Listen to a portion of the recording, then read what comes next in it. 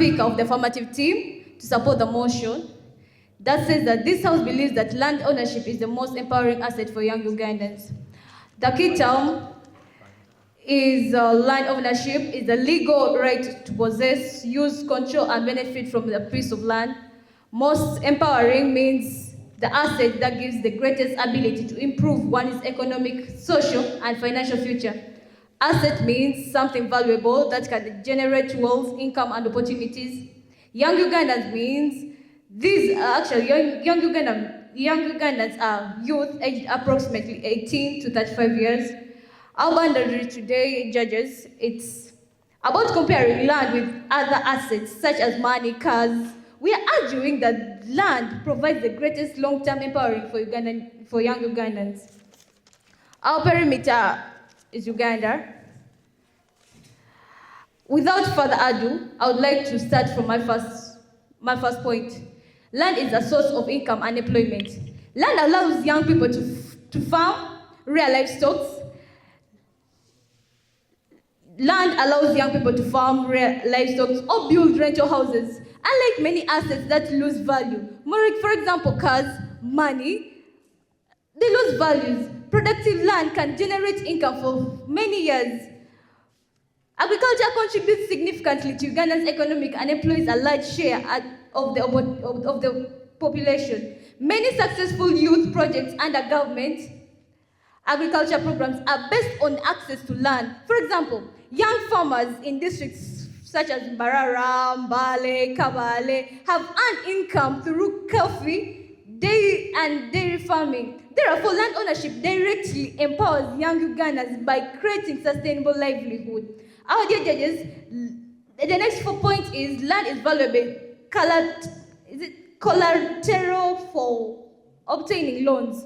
Banks and financial institutions are more willing to lend when land is offered as security. For example, when you go to the bank and you want a loan, maybe of 200 million, you can use the word, I'm going to do farming or agriculture. That's when the banks, they can give you the money because you have said the land as an example of what you're going to do. So the land, when you mention that, they are willing to give you any amount of money because a land is such as a security part that you've mentioned.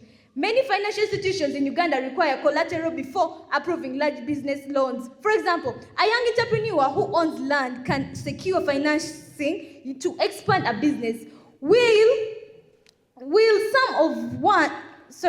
Expand a business, someone without assets many struggle to quality. Therefore, land increases access to finance, making it most empowering asset. Thank you. The first speaker about bonuses.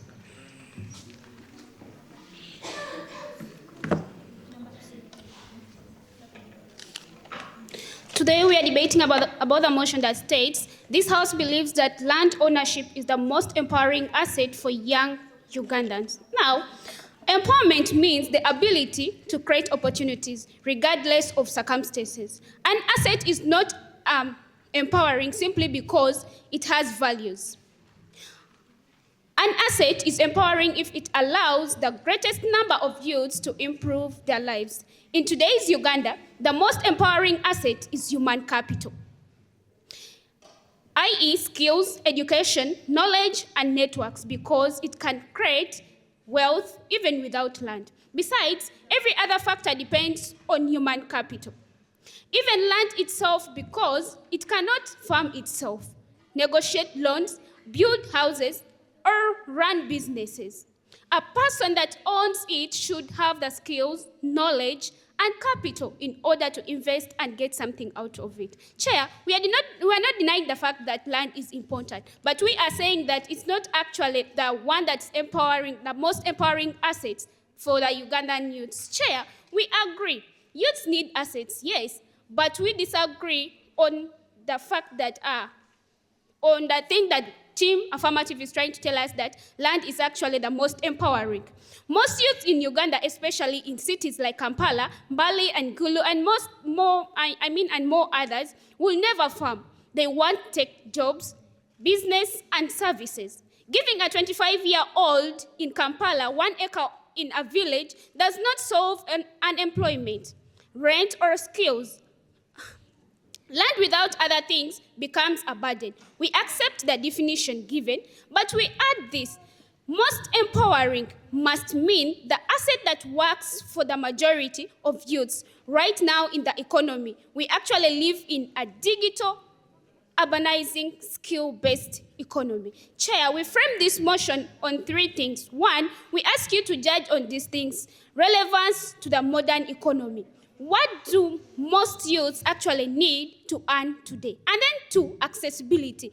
Can the average young Ugandans really realistically access or own these assets or own this land? And then multiplier effect. Which asset unlocks the most other assets faster? And then, Chair, we also show to you our burden today. Our burden is to prove that other assets like the capital or the human capital can actually empower more youths faster and more realistically than land. Chair, the affirmatives have to prove to us that land ownership is both accessible to most youths and more empowering than skills or capital.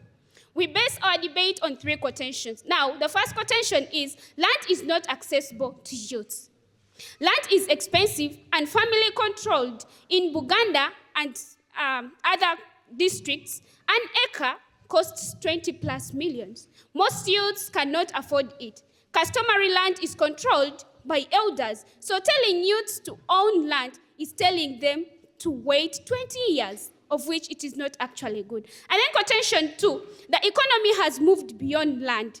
The biggest youth employers today are not farm. They are self-border, MTN, banks, the BPOs, and capital, not land. According certificate earns more in 3 months than 1 acre in a year. Quotation 3, land without capital and skills is useless. Owning land but having no money for input, no market, and no knowledge means you have idle land. But give a youth 2 million in capital plus digital skills, and they can start a business tomorrow and buy land later. Chair, then we base this debate, we tell you that human capital is actually better in empowering the Ugandan youths today because human capital creates productivity, and then 2, human capital determines asset conversion, and then 3, human capital is transferable. Chair, honorable judges, we are not against land, but calling it the most empowering ignores reality. Most young Ugandans need skills, jobs, and capital first. Land can come later. Thank you. I'm proud to oppose.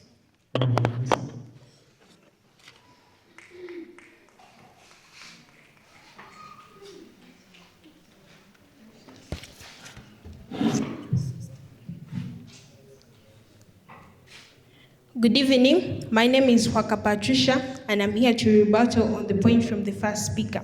You say the most empowering thing is human capital and not land. But I would like to prove to you that land is more empowering than human capital, because you might have capital, but you don't have land, and you just use your capital in stupid things. Like, for example, a youth can have money, and instead of the youth buying land, the youth can use that money to do some other businesses, to do some other things like doing drugs and so on. So they also spoke of land without capital is useless. But I would like to tell you that when you have land, you can do anything. Like, for example, the government has provided for us youth livelihood program. Of course, they're going to go there and they give them money, which they're going to use on that land. But the government can but if you just have your capital, of course you're going to use it for like drugs, what? But if you have land, of course you think deeper to improve on it. My first point. Land appreciates in values. Well-located land increases in value over time, creating long-term wealth. Like, for example, 50 years ago, a plot of land is more,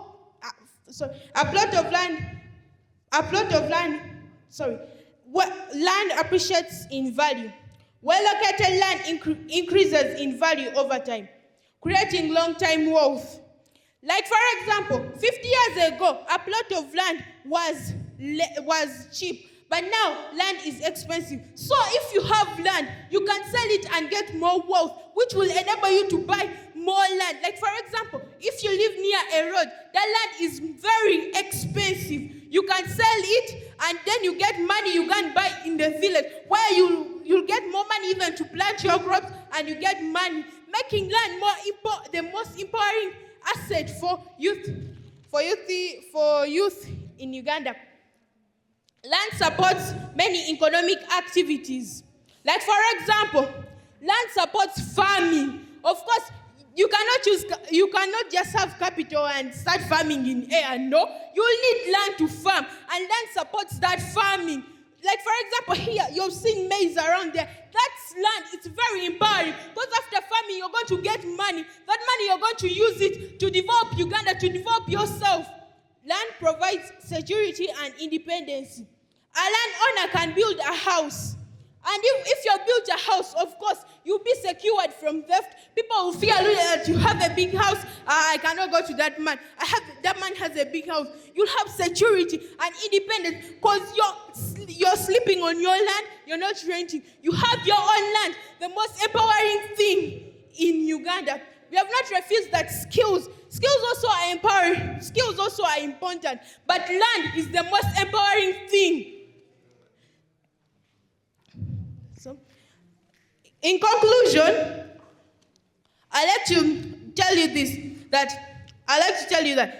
agriculture is the backbone of Uganda. And with agriculture, we need land to start growing crops, since agriculture involves growing crops and rearing of animals. Of course, without land, we can't do that. We can't grow crops, we can't rear animals. Thank you.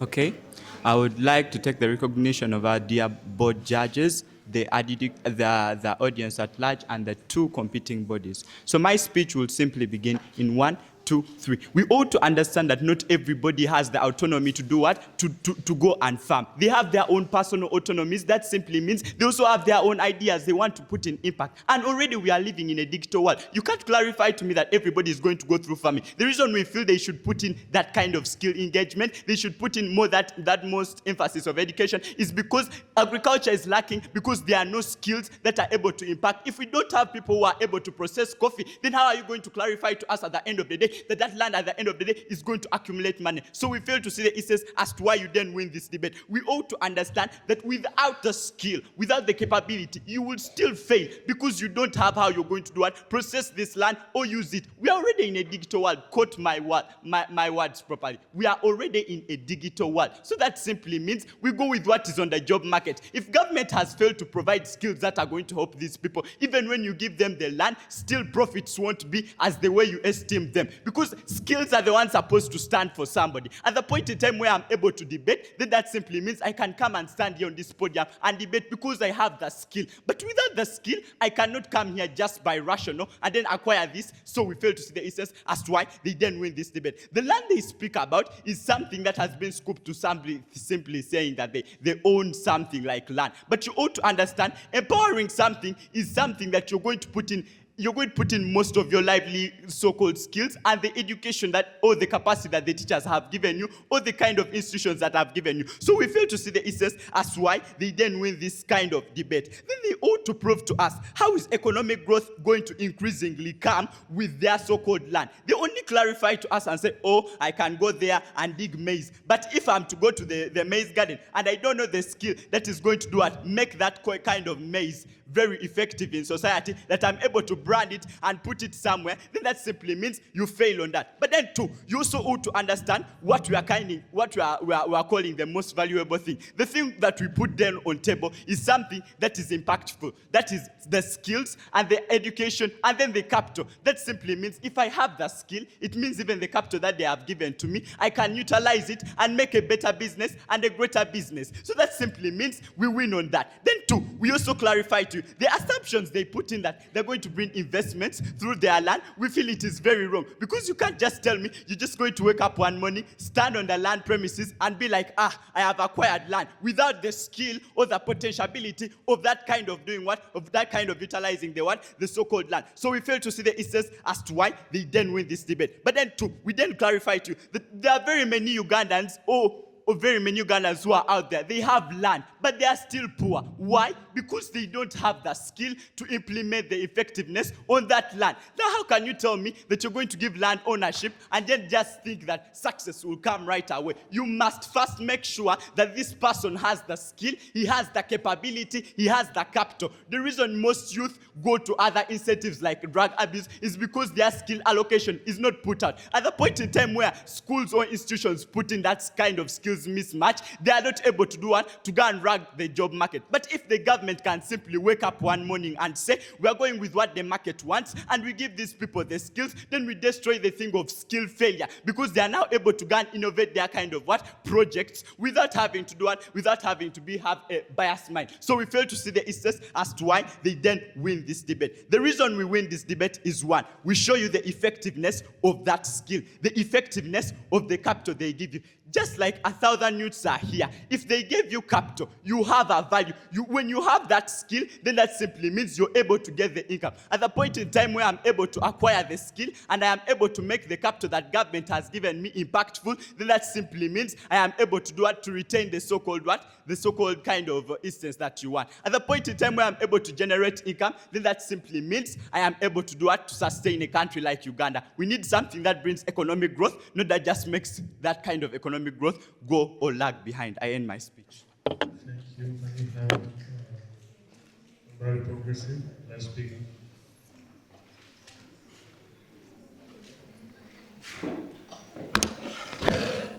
Thank you. Skills. Skills? It beats me up if at all we are debating on such a resolution. I stand at the third affirmer. I proudly affirm this motion, which states, this House believes that land ownership is the most empowering asset for the young Ugandans. Like really, my worthy opponents, you are strongly negating against this motion. You are strongly... Okay, before I go any further, allow me to rebuttal on the points. One of you asked that prove that land is accessible to the youth. I would like to inform you and majestically inform you that land is acquired by most of the youth and easily. For example, if you are a grown-up of this country, Uganda, one of the qualities of a true Ugandan is that you must have your own village. Whereby if you have your own village, that every parent must provide for his every child.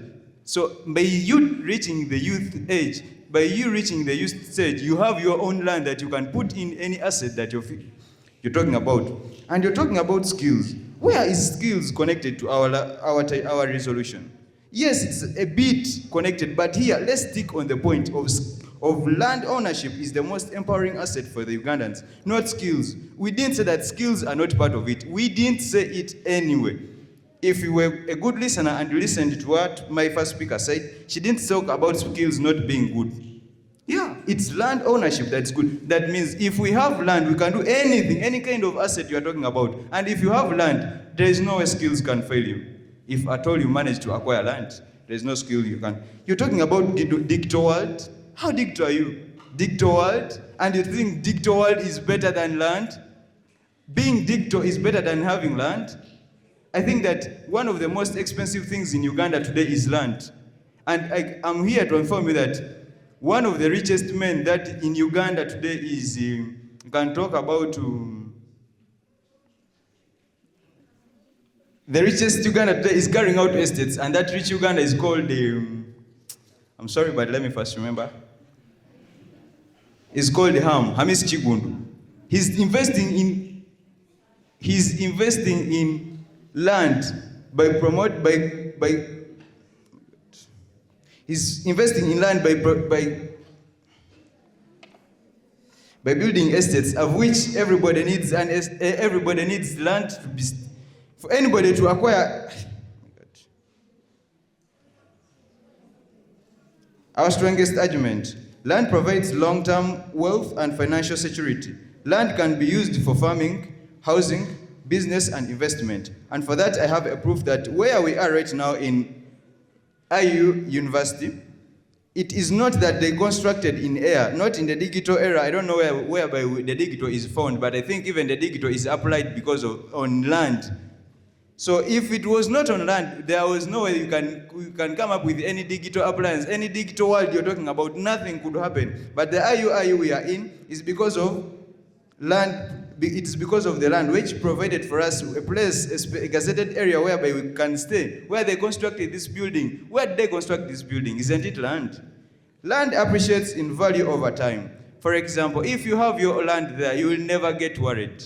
It will never be stolen, it will be there, and it will always be productive, so long as you're not introducing in some deadly organic matter in it. That land is always there and it will continuously live, whereby any time, at any specific time you feel like selling it off, you can get your money. Any specific time you feel like putting in your crops to grow, you can still do it and get a large amount of money.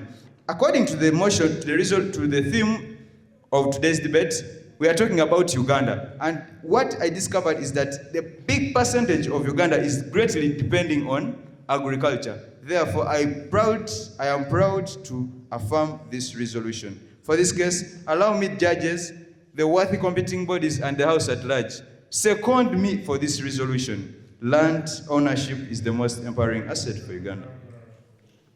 Next speaker.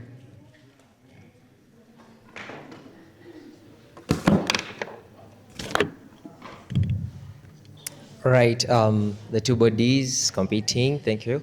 The panel, everyone in the house, I'm very happy to finally reach the finals.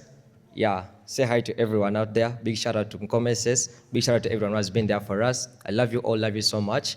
Yeah, so I begin my speech. Yeah, even it, I love you so much. So I begin my speech in 3, 2, and 1. So right, Chair, this House believes that land ownership is the most empowering asset for young Ugandans. So now, Chair, I think first of all what you should come to understand is that from our framing, we try to show to you that indeed land is not the most empowering asset. We show to you that it's actually human capital. Something that we actually put in our framing is that human capital contains things like education, acquiring knowledge, things like connections also, and skills. So now, Chair, if a total team proposition actually accepts that you need to be skillful so that you can use the land very well, I think they actually fall into our framing and then they actually fail on their own framing on that. Chair, secondly, I think we should come to understand that in this kind of particular motion, we are talking about things like empowerment. So it means that an asset for it to be actually much more empowering, it means that it has to actually bring things like sustainability. So now, Chair, I actually do not think that someone should have land so that they can actually be sustainable in life or have sustainability in life. Chair, come to understand that Hamisi Chigondo actually was given 250,000 with no land and then used it, invested it, and I think right now he's even funding some programs in Uganda. Did he have land to do that? No. Skills and brain. Chair, I think we also need things like financial literacy. They talk about using land to actually go and maybe get loans, but again, Chair, I think you should come to understand that in their world they're doing, I think, more of gambling. They said to us very well that first of all, land is actually very expensive. So now, Chair, imagine you're selling your acre of land at maybe 20 million. First of all, just know that you're doing that because, as they say, you want to invest. So now when you're going to invest, it means at that moment, you're needing money so much. So if you're needing that money, you're going to sell it at any price that you're wanting that land to go. After that land going, what are you going to do? They say you're going to look for land somewhere, maybe somewhere in the village. You go, you buy that land, you put it there in the village. So now the question is, you're not farming it, will the land farm itself? So the question is, where does the sustainability they look for at the end of the day actually come in? Chair, come to understand that on our side, we actually show to you that human capital actually creates productivity. Chair, understand that a plot of land is actually very inactive. Third speaker from that side comes and tells us that, you know what, your land, as long as you have it, no one is going to steal it. It's just going to be there and be productive as long as you don't pour manure or bad manure in it. But again, Chair, if I told the land is just being there and you're doing nothing with it, is it actually then being productive to you? The thing is, you need to have that skill, you need to have that human capital so that you can use and invest in that land so that at the end of the day, you can get sustainability, you can get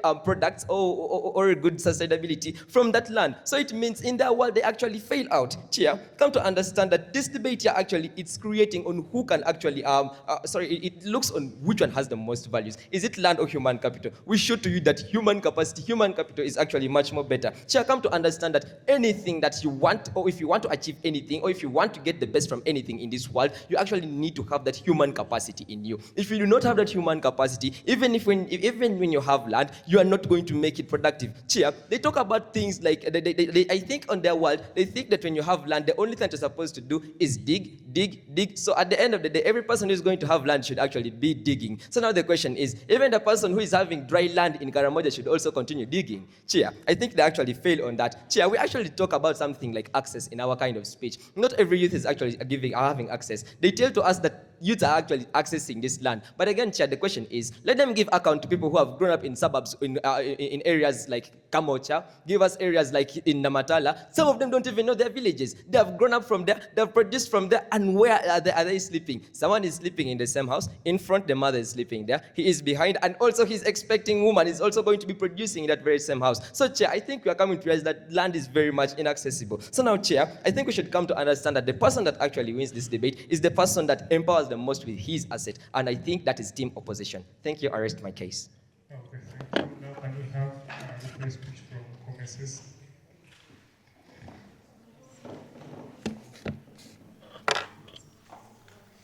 We are using 1 minute.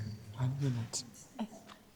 Okay, so Chair, my speech begins in 1, 2, 3. People like Elon Musk did not use land to do what? To acquire the wealth they had, but they used the skill that they had at the end of the day to make sure that they become richer. So we fail to see the instance as to why you prioritize things like land. At the end of the day, when I don't have a skill, then that simply means there is zero income because I don't have what? The skill. So you fail to win on that kind of vital asset. But the reason we win this debate is because we show you that the human capacity, the human kind of capability or capital is able to expand something. At the point in time where I'm having the skill that is matching the job market, then that simply means I'm going to attain income, of which that income will be transformed into development in society. But at the end of the day, where the elite fight to us that just land is not going to help, I feel they lose on this debate. Then 2, we also clarify to you the effectiveness. Their effective fails because they only speak about things like land. But for us, we speak about things like capital, skill, education. We are able to impact this youth to even start up his own job without having to access land.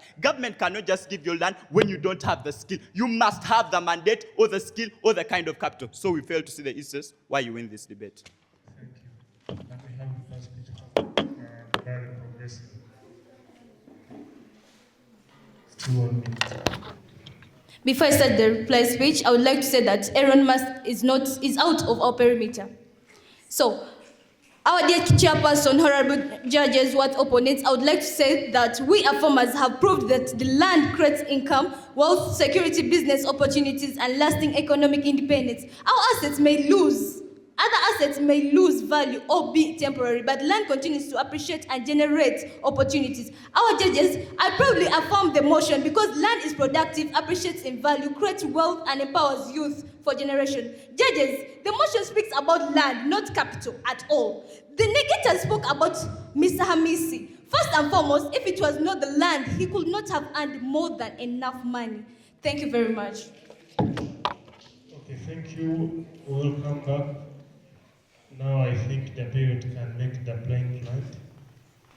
And then I give the microphone to the field officer. Insights. I don't think there is anything that is worth repeating because they were right on point. One is to appreciate everyone who has managed to come in and those who wanted to be with us but didn't make it. And even those who didn't make it to this level but were part of us. Everyone's effort is appreciated in good and equal terms. We also appreciate the schools and we pray that next time or the following year we shall have many more of the same. And we also appreciate the teams that have managed to make it this far, the participants that is, because it really takes courage to come and stand before the members and be able to air out a few things.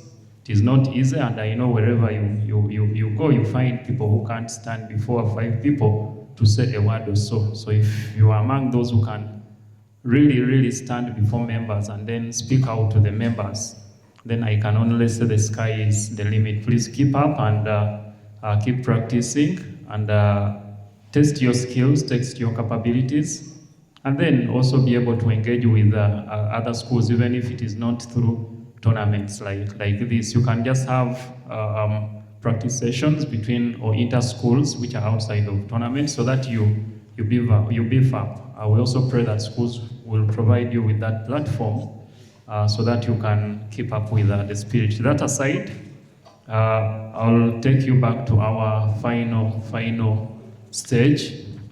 And for those who are listening in, the motion for the last team was that this house believes that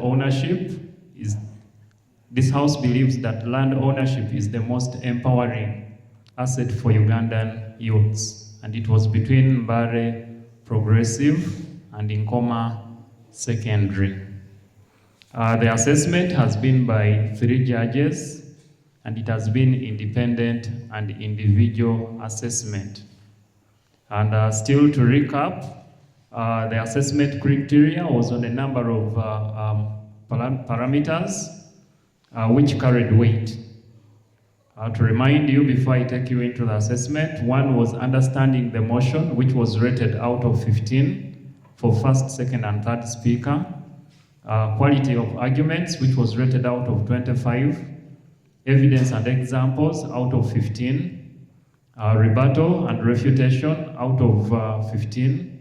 Organization and team role out of 10. Delivery and persuasiveness out of 10. And then finally, time management. You total up, it comes to 100. So first, second, and third speakers were rated out of 100 each to make a total of 300. So each of the judges rated each of the speakers out of 100. Now going into the final communication, I will start with Mbale Progressive. From 1 judge, I have 64, 88, and 70. That gives a total of 222. From another judge, I have 91, 83, and 79. That gives a total of 253. From the last judge, I have 77, 77, and then 81 to give a total of 235. When you add 222 plus 253 plus 235, you get a total of 710. When I turn to Nkoma, from 1 judge, I have 88, 81, and 91. That gives a total of 260. From another judge, I have 80, 84, and 89. That gives a total of 253. And then from the last judge, I have 83, 85, and 84. That gives a total of 252. When I add 260 plus 253 plus 252, you get a total of 765.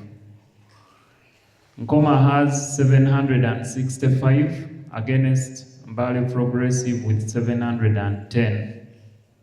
With that, therefore, I declare Nkoma as the victor.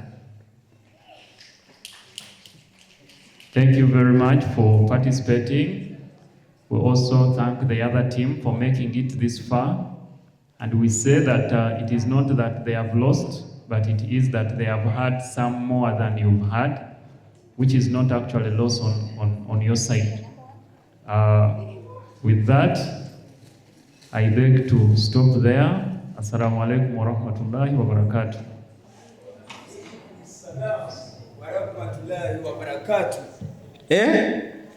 And then a very big certificate to the office of the director.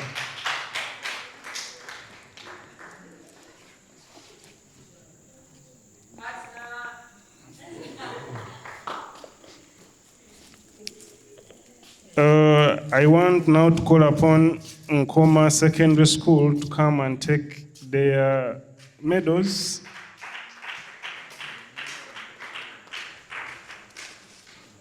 And then maybe the trophy will be for the judges.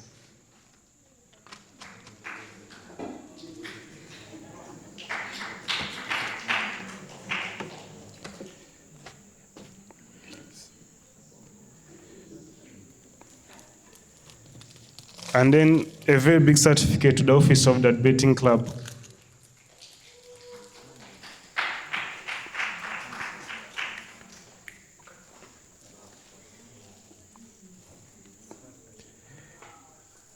Now this trophy to the office of the director, HM and Sportsmaster.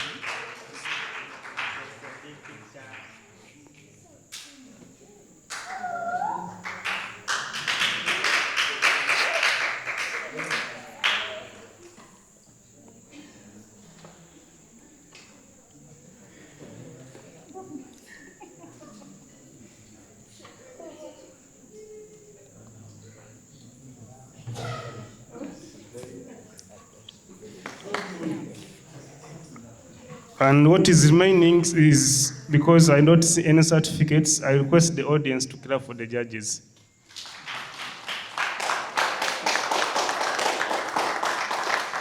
Thank you. Mr. MC, please. Thank you so much.